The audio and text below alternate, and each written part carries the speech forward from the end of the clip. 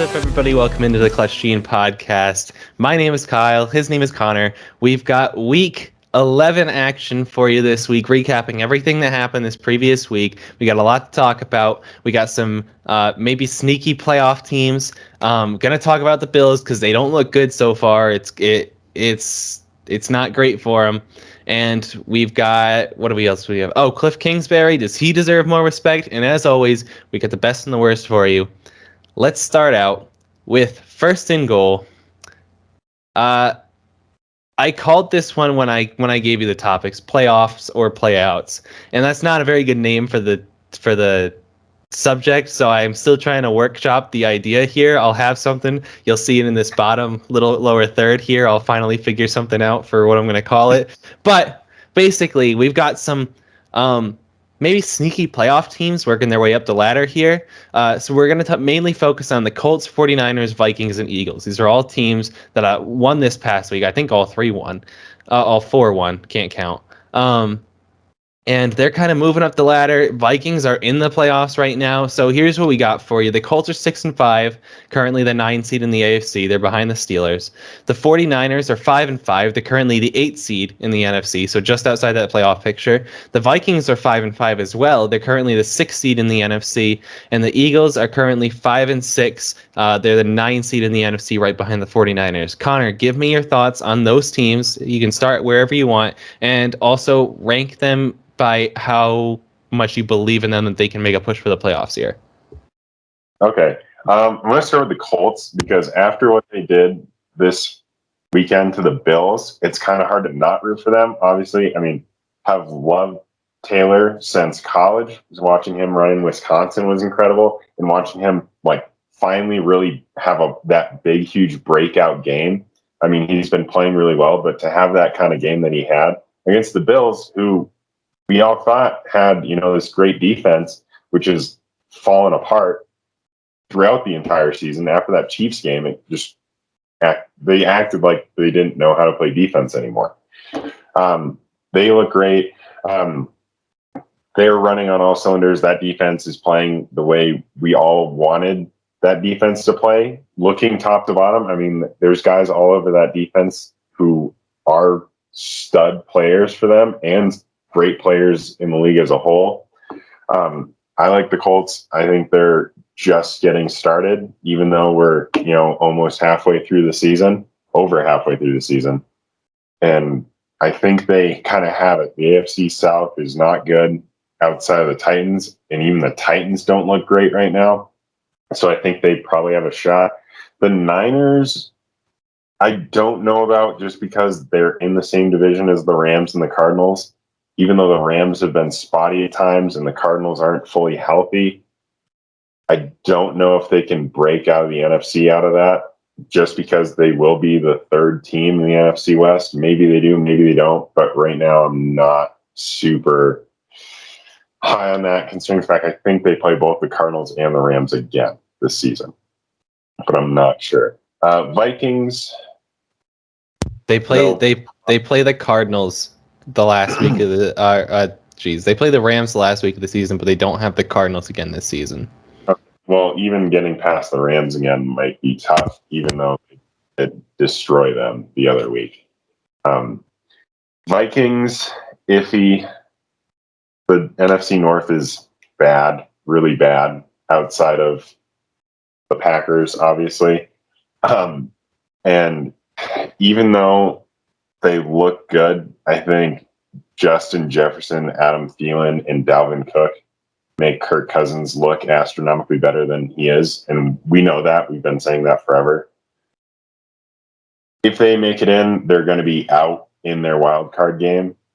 I don't see them being able to do anything just because Kirk Cousins is their quarterback. And I think that stops them from being the kind of team that can push forward no matter how good the pieces around him are. Even though we saw them play a great game this weekend, I don't think it's going to be enough down the road. And the Eagles, I love watching Justin Hurts. Everyone still gives Justin Hurts crap for all this kind of stuff. I really like him. I've always liked him. Jalen Hurts, sorry. But it's just, it's the Eagles. It's the same kind of thing. First off, it's the NFC East, and literally no one can make up their mind whether they want to win or not, no matter how poorly or how good another team is. The Cowboys, seemingly after this week, don't look like they want to win their own division again, and they're ahead by 2 games at this point, which still leaves the door open for the Eagles to maybe even catch up to them with how the Eagles are playing and how the Cowboys look right now. So they'll probably sneak in. Do they have a shot at making it? Probably not. I mean, I think the Colts are probably the only team that we're talking about in this that have a shot at making some kind of push just because their running game looks so strong right now. But out of the other ones, I'm not sold on anything. I don't think anyone makes a deep push out of this, but out of this whole thing, I think strength-wise, I think it's going to be Colts, Vikings, Niners, Eagles. And I kind of think that's how it's going to shake out. I don't think anyone has a real shot, but I think the Colts have the best shot at doing something if they get it. Yeah. I'll go in the same order as you. I'll start with the Colts. Like I said, currently in the 9th seed. I should say the standings so far this year. The AFC obviously has the Titans, Ravens, Patriots, Chiefs, and then the wild cards are the Bengals, Chargers, and Bills, all at 6-4. The Colts currently sit at 6-5. And by the way, that division is not out of the question. With Derrick Henry gone, Titans do not look like the same team. That division is well in play. I don't think the Titans hold on to that 1 seed. The Titans are currently 8-3. So 2 losses and they'll tie the Colts if the Colts win the next 2. And in the NFC, we have the Cardinals, Packers, Buccaneers, Cowboys, with the wild cards being the Rams at 7-3. They're probably a lock for the playoffs. The Vikings at 5-5 and the Saints at 5-5. So those 2 wild card spots are really attainable in the NFC. Here's the thing. The Colts, the last 6 games, they have the Bucks, the Texans, the Patriots, the Cardinals, the Raiders, Jacksonville. Bucks, you can probably write down as a loss. I mean, I know the NFL has been unpredictable, and the Colts are a good team, and the Bucks have shown to have some weaknesses. But I don't know. If I'm just gonna judge these games by who's the better team, just mark it down as such. The Bucks are a better team than the Colts, so mark it down as a loss. Colts beat the Texans, so they are now 1-1 over the next 2. The Patriots are probably a better team at this point than the Colts. Colts have shown some flashes, but Patriots are a pretty well-rounded, well-coached team, so mark that down as a loss. Cardinals, if Kyler's back, we'll say the Cardinals are a better team. That's a loss, so they're now 1-3. Raiders, they're kind of a dumpster fire right now. They start off the season hot, and they've kind of gotten really cold. Turns out Henry Ruggs is a really important player for them, could stretch the field. So we'll mark that down as a win for them. And then Jacksonville, we'll mark it down as a win. So that has the Colts going 3-3, finishing 9-8 on the season. I don't think 9-8 is going to make the playoffs in the AFC. I really don't. Unless the Titans really start free-falling here and the Colts sneak away with the division, I don't think 9-8 is good enough to win the playoffs. So I agree with you. I like Jonathan Taylor. I've liked Jonathan Taylor for a long time. And the Colts currently rank number 4 in rushing offense, so clearly he's had a role in that. But I don't know. They've got a tough road ahead. They kind of needed to, at this point in the season, they kind of needed to come into this like 8-3, something like that, to make a push towards the playoffs, and they're not there. The 49ers, like I said, it's so tough with the NFC because those wild cards are so there for them. The 49ers play the Vikings this week, so the winner of that game will have a huge leg up in making that wild card. And the Saints, I feel like, is a very attainable position. I don't think the Saints are going anywhere with Trevor Siemian at quarterback or Taysom Hill at quarterback for that matter. So that's a very doable spot for any of these 3 teams to get. Of the 49ers, Vikings, Eagles, if I had to choose 2 of them, I'd probably choose the Eagles and the Vikings. I think the Vikings win this game against the 49ers. Then they have the Lions, very winnable game. Steelers, we'll see. Those teams are kind of even. Bears, very winnable game. Rams, probably a Rams game. Packers, probably a Packers game. Aaron Rodgers doesn't lose twice to the Vikings and Kirk Cousins in the same year. And the Bears. So that means that if we're going by that, we're listing them as going, what is this? Over their last 7 games, 1, 2, 3, 4, at worst 4-3. If I'm saying they beat the 49ers this week, that actually puts them at 9-8. So we're right back in that position. But I think 9-8 in the NFC is better than 9-8 in the AFC, because the AFC is just, and I think NFC is more top heavy, but the bottom is kind of lower. Whereas I think that the AFC is like, you don't know who's going to win on a given week. We've seen it. Yeah, they're all across the board. The number 1 seed is 8-3. The number 7 seed is 6-4. It's a 1-loss difference, you know. And then the Eagles are currently 5-6, but over their last 6 games, they have the Giants, winnable game. The Jets, very winnable game. The Washington football team, winnable. The Giants again. The football team again, and the Cowboys. So they have a chance here to make a late push for the division. I mean, if they just win against their divisional opponents and beat the Jets, they go into that last week of the season at 10-6. And if the Cowboys keep free falling here, you know, I mean, they've been injured, but if the Cowboys keep free falling, that last game could be for the division. So I think the Eagles have a really good opportunity here. They're number 2 in rushing offense. They're number 8 in offense overall. The only thing is they have the 20th ranked defense, so their defense is still bottom half of the league. That's the only thing I'm concerned about. But Jalen Hurts is going to be the key for the Eagles here, because he's cut down on the turnovers. Remember last year, the issue with Jalen Hurts was he turned over the ball too much, fumbled a lot. He's cut down on that. I think he only has like 5 interceptions on the season, and I think it's like 5 fumbles as well. It's something like that, somewhere in that range. So I mean, he's cut down on the turnovers majorly. He's going to be essential to. He's a big part of the reason that offense is number 2 in rushing. They're kind of running. It's not a Ravens style, but it's close. Yeah, I mean, but he is that entire offense, right? Like, if you don't have him in there, that offense doesn't do anything. Yeah. But I will also say Devonta Smith, turns out if you're the best receiver in college football, you'll figure out a way to be good in the NFL. Who knew? You know, who knew? Not me. Right. So who knew if you win the Heisman Trophy as a college football receiver, you're probably going to be pretty good in the NFL, and your weight doesn't really matter. But yeah, I mean, I'm looking at this. I'm really talking myself into the Eagles right now as I speak. They've got an easy schedule coming up. Easy schedule. 49ers, for anyone interested, have the Vikings, Seahawks, Bengals, Falcons, Titans, Texans, Rams. So, I mean, Vikings, Bengals, Titans, Rams are all really tough games. Seahawks, you never know what you're getting from them from week to week. They look like a dumpster fire right now. We said that already last week. The Falcons equally look like a dumpster fire. Yeah, so if I had to pick 2 teams out of these 4 to make the playoffs, I'm saying the Eagles and the Vikings. I actually have a lot of faith in the Eagles right now. I've really talked myself into it. I think after schedule, I think I have to agree with you, because, I mean, the Giants are, after watching that game last night, it's just, where are they going? It's fired Jason Garrett. Yeah, I mean, good for them.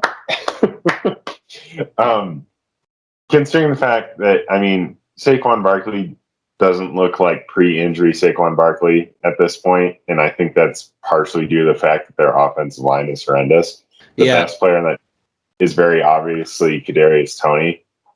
Great for him, but you're playing on the Giants, so you know, not so great for him.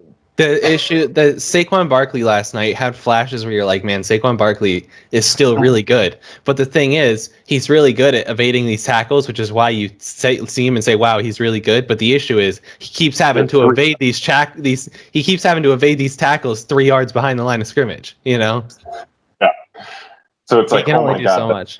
That's the best 1 yard run I've ever seen in my entire life. Exactly. Yeah. Yeah, I think the Eagles could go into the last game not even needing to win to make the playoffs. I mean, at that point, that might be just for positioning. At that point, I don't know who the Cowboys have left to play. I know they play the Raiders this week, but yeah, I mean, but then you have to see what Taylor Heineke does, because that dude is an absolute electric show. I mean, He's a wild watching card. it is so much fun. I mean, yeah, it's the Eagles, so like none of these games are gimmies, but it's about as easy as a schedule as you can get without having the Jaguars or the Texans on your schedule. Yeah. Like or Lions. That's about as easy of a schedule as you can possibly get here. Yeah. All right. I think we're all done with that topic, right? Let's move on. We're going to second and goal. The Bills do not look good. Does not look good. You referenced them last topic with the Colts. No bueno for the Bills. Are they fraudulent? Connor, I'll let you go. I won't even give any background. I think we both agree. We both really like the Bills. Like, I love Josh Allen. That every guy on that team, you want to root for the Bills because they just have such a likable team. Like that entire team, the organization, the fans, like you just want to root for Buffalo. And after that Kansas City game, we both said, we're like, holy, and that goes back to the curse that we have on this podcast. Every time we say some team is going for it, they inevitably, just absolutely crash. And I think the curse has worked the hardest on the Bills. And that's, very evident. And obviously we know that the Bills, the Raiders also have a shout to that because we said that they were looking pretty good this season and they've had 2 players arrested and things haven't been well for them. So, the Bills after that Chiefs game looked like they forgot how to play defense entirely. Completely and utterly forgot how to tackle someone with a football. 2, they don't have a running game. Outside of Josh Allen, they cannot run the football.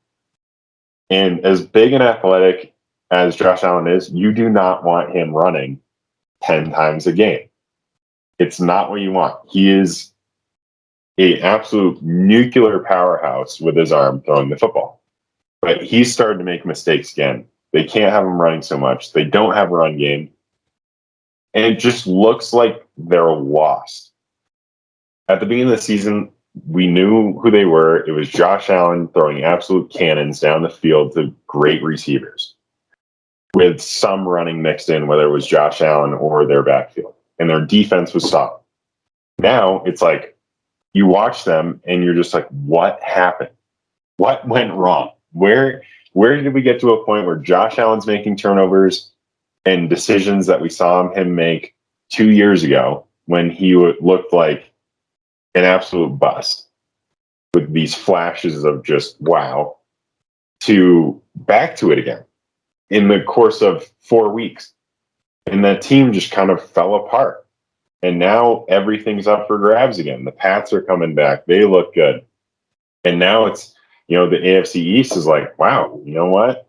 The Pats could just walk away with this thing and have no contention from the Bills. And we've talked about how, it was supposed to be the Bills division for the next, possibly 5 years. We knew Bill Belichick wasn't going to be bad forever. And the Pats aren't capable of doing that. Did we think they were going to turn around in a single season? No. But now it's kind of this thing where it's like, well, the Pats are back. The Bills, you were supposed to kind of run this thing for at least a little while. And now it's like, okay, well, the AFC East is back to being the AFC East. What do we do? And it's really disappointing because I wanted, and we both wanted the Bills to be good and to get another shot at the Chiefs in an AFC title game, possibly have a shot at a Super Bowl. And now we're looking at it now and being like, well, maybe they'll pull something out and be the 4 seed, if not lower at this point. I don't know. I'm disappointed in the Bills right now, and that's about all I can say about it. Yeah, I got some stats for you. So, the Bills started off the year at 4-1. They're now 2-3 over the last 5, putting them at 6-4. Their wins have come against the Dolphins twice, the Washington football team, the Texans, the Chiefs, and the Jets. That's a combined record of 23-40 against all those teams. I think the Chiefs are the only team in that mix with a winning record. Their losses have come to the Steelers, week 1, which everybody thought was a fluke at first. The Jaguars, the Titans, and the Colts. Their combined record is 21-20-1 because the Steelers have that tie. You take out the Jags and we'll call that game a fluke. And the combined record of the three teams they've lost to is 19-12-1. Colts, Titans, Steelers all have winning records. Colts, Titans, Steelers all competing for the playoffs right now. Bills are kind of having an issue here of they're taking care of business against the weak teams, but the better teams are kind of exposing them. Also, what do the Colts, Titans, and Steelers all have? Good defenses. All of them. Steelers, probably one of the best defenses in the league. I mean, they're keeping that team afloat. Colts defense much improved. Titans defense vastly improved. I also have some Josh Allen stats. Over the first 5 games of the season, he had 12 touchdowns, 2 interceptions. Didn't look at rushing stats. I probably should have, but I didn't. Over the last 5 games that he's played, 9 touchdowns, 6 interceptions. So, not doing so good for Joshy here. That's 3 touchdowns to every 2 interceptions, as opposed to 6 touchdowns for every interception. And then that means that the Bills' offense has suffered. Over the first 5, they were averaging 34.4 points per game. That would have put them top in the league. The last 5, they're averaging 24.6 points per game. Their defense, on the other hand, first 5 games, dominant, pitched 2 shutouts in that time, 12.8 points per game over the first 5 games. That's pretty good. Over the last 5 games, 22.4 points per game. Big drop-off. But if you take out this last Colts game where the Colts lit them up for 41, 17.75 points per game over the last 5. So still a drop-off, but still one of the better defenses in the league, all things considered. Josh Allen needs to get better. He just needs to play better, flat out. And I know the Bills don't have any rushing game whatsoever, and that's going to hurt them, especially against teams with good defenses, as we've seen. But Josh Allen has to be better. He has to take care of the football more. He has to... he's got to carry. And you know what? I don't feel bad in saying that, because what we expect from quarterbacks that we put at the level that we have Josh Allen at, where most people would put him as a top, at minimum, top 8 guy in the league, and you need to carry your team when the going gets rough. This is something that we wanted Dak to do against the Chiefs. I'll get to Dak later. Don't worry. But you need your franchise guy, the guy that everybody regards as a top 8. Most people would put him top 5 in the league right now. You would need him to be able to carry your team, and he's just not doing that right now. All right. He's got Stephon Diggs. He's got Emmanuel Sanders. Dawson Knox is a pretty good tight end. He's got weapons. His defense, have they dropped off? Yes. Was 41 points against the Colts ideal? No. All right, but overall this season they've played pretty good. They've played good enough to be, 9-1. They've played good enough to be up there as a defense, even if you give them the Colts loss. He just needs to be better overall. That offense has weapons. I know that they don't have a running game, but sometimes you're not going to have it all. I get it that it's tough not having a run game, but figure it out. Patrick Mahomes hasn't had a run game in 3 years. Right. So, we got to figure it out here. They're in trouble because, like you said, the Patriots are looking really good. And I still think the Bills are a better team than the Patriots. But the issue is the Patriots just look so much more disciplined than the Bills. The way they're playing right now, this is going to sound crazy, but the way they're playing right now, I would take Mac Jones over Josh Allen. Just purely based off play. And trust me, I am not a Patriots fan by any stretch of the imagination. And I get that Josh Allen's talent is 100 times more than Mac Jones probably will ever have, right? He's 100 times better than Mac Jones might ever be, and his ceiling is super high. But if we're going off how they are playing in the moment right now, Mac Jones throws on time, Mac Jones doesn't turn over the football, Mac Jones does what he needs to do to get the team's wins. All right, and I get that it's situation. So Mac Jones, obviously, if Josh Allen had Bill Belichick as a head coach in the New England Patriots roster, he'd probably be doing pretty good too. But in the end, Josh Allen has to be better, and Mac Jones has been really good. So at this point in time, if we're going off purely how they've played recently, I'd take Mac Jones, and that's an insult to Josh Allen. To be honest, it's not meant to be, but it is. He's a top 5 guy in the league. You've got to figure it out. Patrick Mahomes figured it out clearly. Yeah, you can't be the second best quarterback in your division, and what? 2 of them are rookies. One of the rookies hasn't played in how many weeks now? Tua. We saw Tua make more Tua plays this weekend. He just can't be there. That's just kind of unacceptable for Josh Allen and the entire Bills organization. You just can't let that happen, and that's something they need to fix.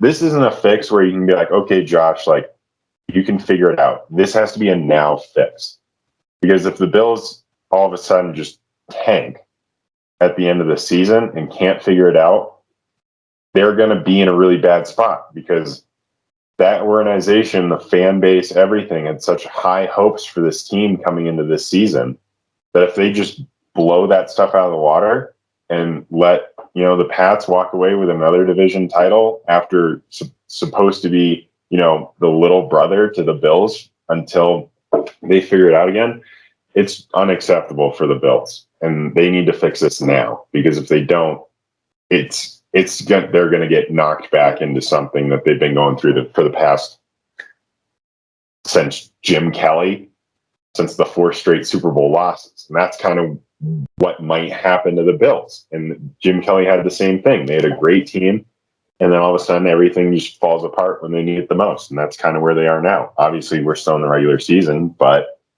that's kind of what the Bills do.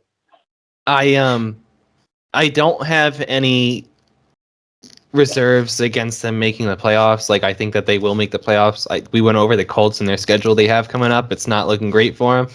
But if the Bills keep the way they're playing, and let's say they end the season as the 7th seed, which they are right now, they're behind the Bengals and Chargers for the wild card, and behind the Patriots for the division.